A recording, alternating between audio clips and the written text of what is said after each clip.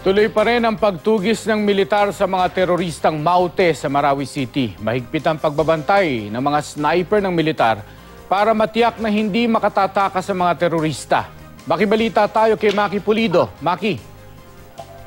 Alam mo, Mark, ngayong hapon lang ipinakita ng military sa media ang isa sa kanilang battle position na pinipwestohan ng kanilang mga sniper. Isa sa mga battle position na pinwestohan ng mga sniper ay ibabaw ng isang abandonadong bahay.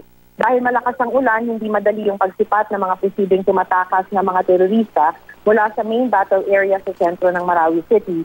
Isa sa mga binabantayan ng mga sniper ay mga posibleng pagtakas ng kalaban habang nagtatago sa ilalim ng mga water lily sa Lake Lanao. Exposed yung pwestong ito dahil walang mapagtaguang pader kaya bawal tumayo. Kahit naman malakas ang buhos ng ulan, wala pa rin tigil ang putukan sa main battle area at mula sa pwesto namin kanina, kitang-kita yung nasusunog na gusali na pinataka ng bomba.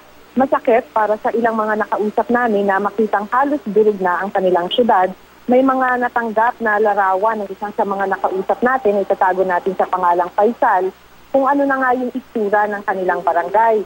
Yung makikita sa mga larawan, wasak yung karamihan sa mga bahay matapos patakan ng bomba. Yung isang kotse tumilapon pa hanggang sa ikalawang palapag ng mahulugan ng bomba. Iniwasan ng airstrike yung mosque pero tadtad dito ng bala. Pero ang halos iiyak nung kausap namin ay yung itsura ng bahay niya. Halos madurog na kasi ito sa tama ng bala dahil pinagkutaan daw ng mga Maute ISIS. Masakit para kay Faisal na makitang ganito yung bahay niya na unti-unti niyang itinatayo habang nagnenegosyo sa Manila. Gusto raw niya kasi na balang araw muling makauwi ng Marawi para dito na raw magretiro. Yung isa namang nakausap namin, Mark, si Joy, tanggap na talagang walang babalitang bahay. Sinunog kasi ng mga terorista, pati na yung rice mill na pinagtatrabahuan ng kanyang mister. Gusto na niyang lumayo sa Marawi pero hindi raw ito magawa dahil hawak pa rin ng CNPC-IDG yung kanyang mister. 2 linggo na mula nang makatakas silang mag-asawa at 1 taong gulang na anak. Pero dinedetine pa rin ng CNPC-IDG ang mister dahil gagawin daw testigo laban sa Maute ISIS. Mark? Maki, so ibig sabihin ba sa mga oras na ito, yung mga kalaban ay ang effort nila tumakas na?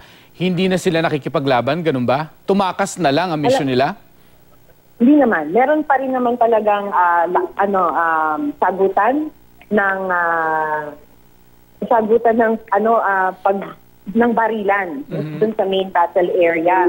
So, ibig sabihin meron pa silang kalaban. Pero ang sinasabi kasi ng militar, at least yung pagpapaliwanag nila, naiipit na kasi.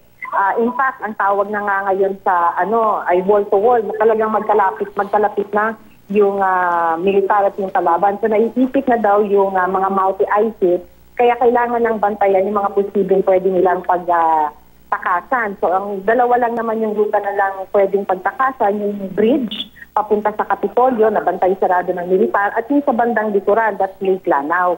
So yun na yung talagang binabantayan ng military. Sabi lang na yung mga pinakita nila kanina na sniper position kasi pwede nga naman na magtago kasi maraming mga water DB dun sa may pampang sa may main battle area.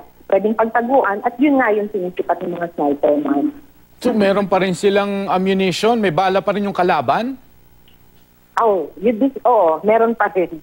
Yun yung pinagtatakahan nga, di ba, ng marami na halos 2 buwan na, meron pa rin silang, ang tawag dito, meron pa rin silang mga bala, may ammunition pa rin. Pero ang pagkakabanggit dito, may nakausap tayo ng isang battalion commander, hindi na raw kasing intense yung return fire ng kalaban. Kung dati daw continuous yung putok ng kalaban nila laban sa military, sa ngayon daw parang pili na ba yung laban, hindi na as intense yung resistance. Mark. Okay. Thank you Maki. Thank you. Maraming salamat. Si Maki Pulido po.